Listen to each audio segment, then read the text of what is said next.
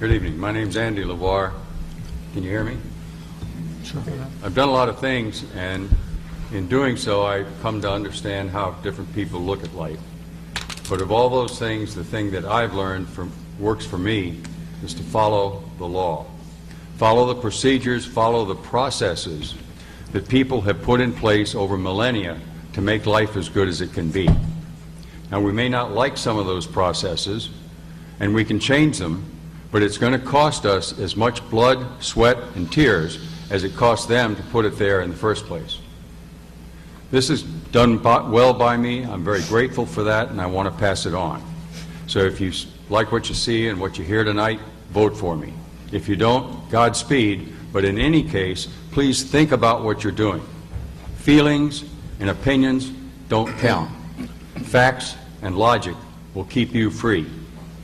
So be brave, tell the truth, and never surrender. And that's what I'll do for you. What is your vision of Newport's future, and what are the most important 2 or 3 things that the council must do to turn that vision into reality? Mr. Lavarre. Thank you. I mentioned processes. I've been reading the city charter, and I can't find an org chart anywhere in the city charter. There is one posted on the website, but it doesn't have a planning division. There is no such thing in the city of Newport as a planning division. What we've done in the past with other organizations is we've set up a current operations and future operations. The current ops are the police and the fire and the medical and those people, and the future operations are the planners. The planners can build a strategic plan for the north end for a number of things, and then they can lay out a project plan with timelines, costs, assignments, and targets, contractors. So then instead of flying to Japan, we can fly to Washington and New York City to sell our strategic plan to investors. So the first step is put in a process, a planning process, that lets you address all these issues. Last week, the sale of the yachting center ended, at least for now, entertainment at that venue, impacting local businesses, and the council rejected a late-coming proposal for a host community agreement for Newport Grand. In hindsight, should the council have addressed these issues differently, and what would you personally do going forward to provide the leadership necessary to produce optimal results in the future? Mr. Lavarre. This, back to the process, there's several processes going on in these 2 cases. The first one is the Fifth Amendment, where you have the right to your property, to enjoy the fruits of your labor, or to fail. That's what happened with the casino, and so I agree with Mr. McLaughlin.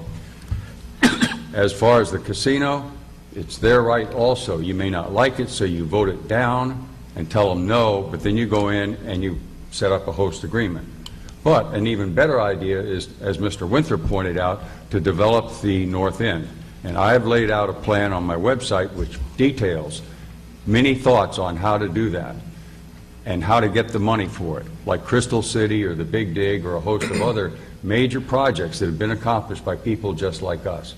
So the point is, you need planning, you need vision, you need a process. The other process I need is the sound system. The EPA sets 55 dBA as the sound pressure at which you start having physiological damage from noise. And that is the basis on which the city's noise ordinances are established. So if it ain't broke, don't fix it. Live with it. Do you believe Newport is adequately prepared to deal with the next major flood? If yes, what current measures do you consider most valuable? If no, what measures would you promote to improve the situation? I agree with Justin, but the issue of flooding gets wrapped up in a lot of emotion and political correctness. So again, back to the processes, you have to take a look at the facts and figure out what you're going to do. In particular, I have studied the FEMA flood insurance rate maps, or called FIRMs, which have been changed recently so that we all now pay more flood insurance than we did before. But the underlying facts, and I have this and I can prove it and it's on my webpage, the underlying facts have not changed since 1929. They rotated the charts, they changed the reference point, they made the reference point a foot higher, foot lower, so consequently the height above the reference point is a foot higher. Duh. But they haven't changed the basic data. They have not included any data since the 1929 hurricane. So we get all excited about flooding and global warming and all these other things without attending to the facts. So we need to follow a process, attend to the facts, read the documents ourselves, and then make decisions.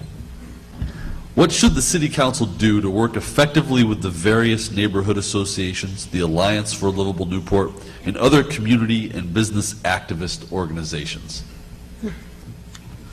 Mr. Lavarre. One of the topics that I've got on the website is about communications for the city manager and the council, and one of those is to establish a communications manager, because there isn't one. In fact, there's no IT division either. It's been outsourced.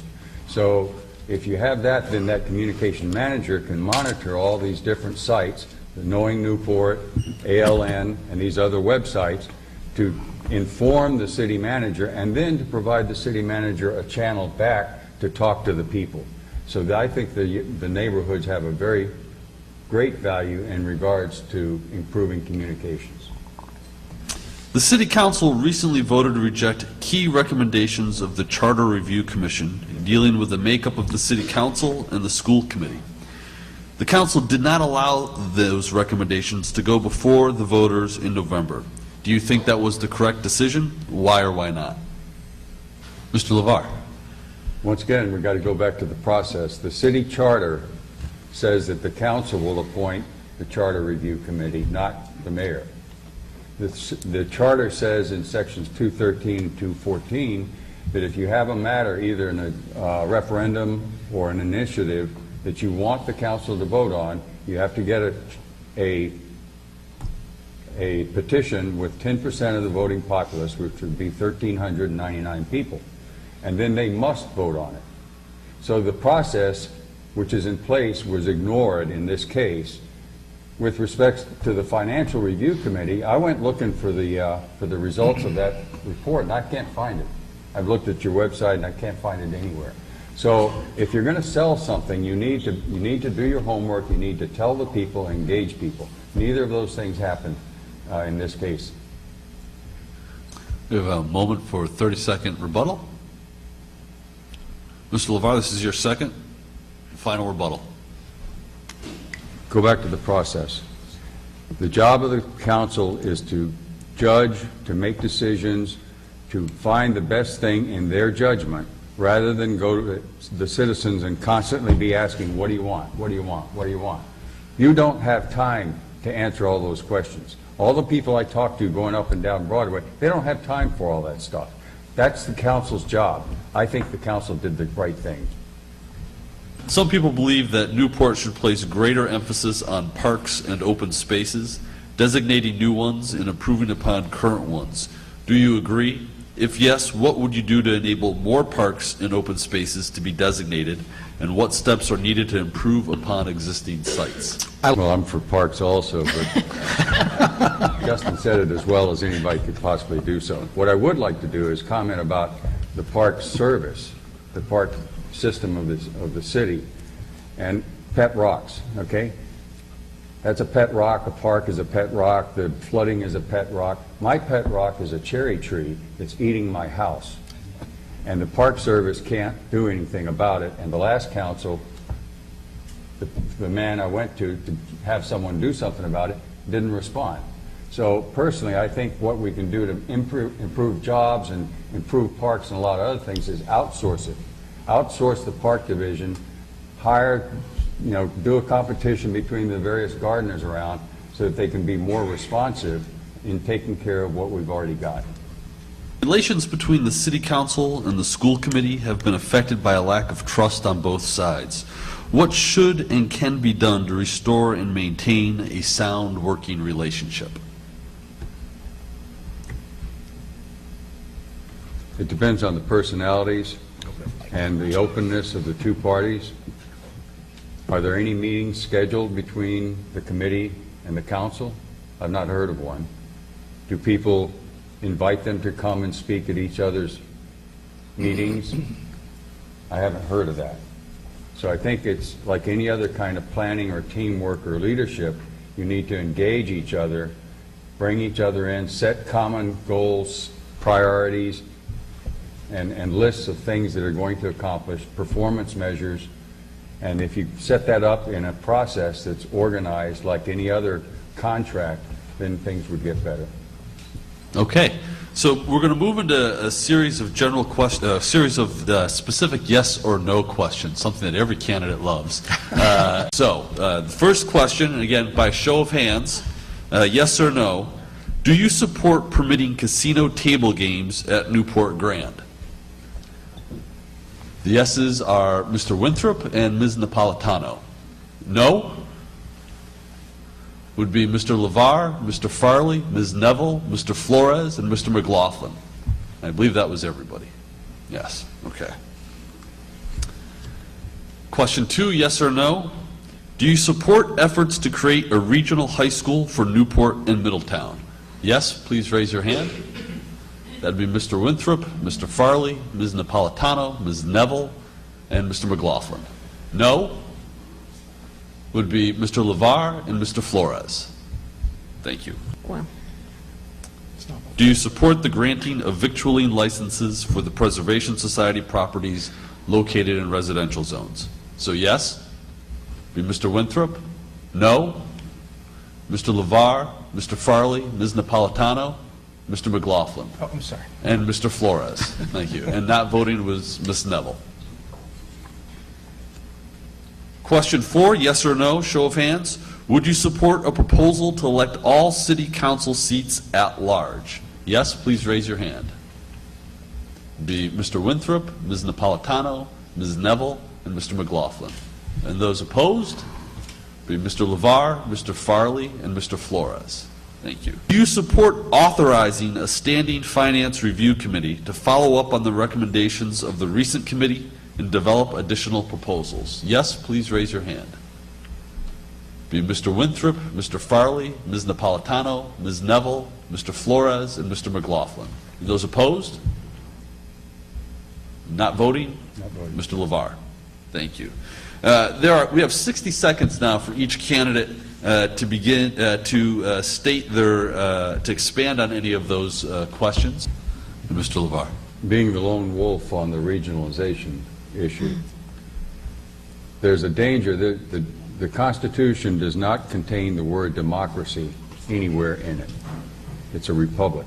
And we are all different, and we have a bell-shaped curve of our distribution of our interests and desires. Neighborhood schools provided a sense of neighborhood cohesion that we've lost. It's bad enough to have Rogers and Pell and so forth doing the entire city. If we go to regionalization, we're going to lose our identity even further, and that's bad. Thank you. We will now move to closing remarks, and the candidates will have 90 seconds each to make a closing statement. May I suggest that if there's a topic that we didn't get to, this would be a good time to raise it? Thank you. Mr. Lavarre. Yeah, I'd like to thank Brian also and Chip for this forum and for you for coming. And it's been an eye-opener to me to chat with some of the council members here on a personal basis, so I've learned something. Thank you. As for the future, the talk about Newport is that we're disorganized, and I think we can fix that. And a new guy that comes in, like me, can see things that maybe other people can't. I think if you parse the city government into current and future ops, you're going to have a lot clearer vision of the current operations and a lot clearer vision of the future. And then you can have a planning division where you can not just talk about, but actually build a proposal to move the ramps and to clean up the casino and to build the north end and have numbers where you can go out. Basically, you've written the proposal and now you ask investors to come in and bid on it. So I think there's a lot of work there that we can do together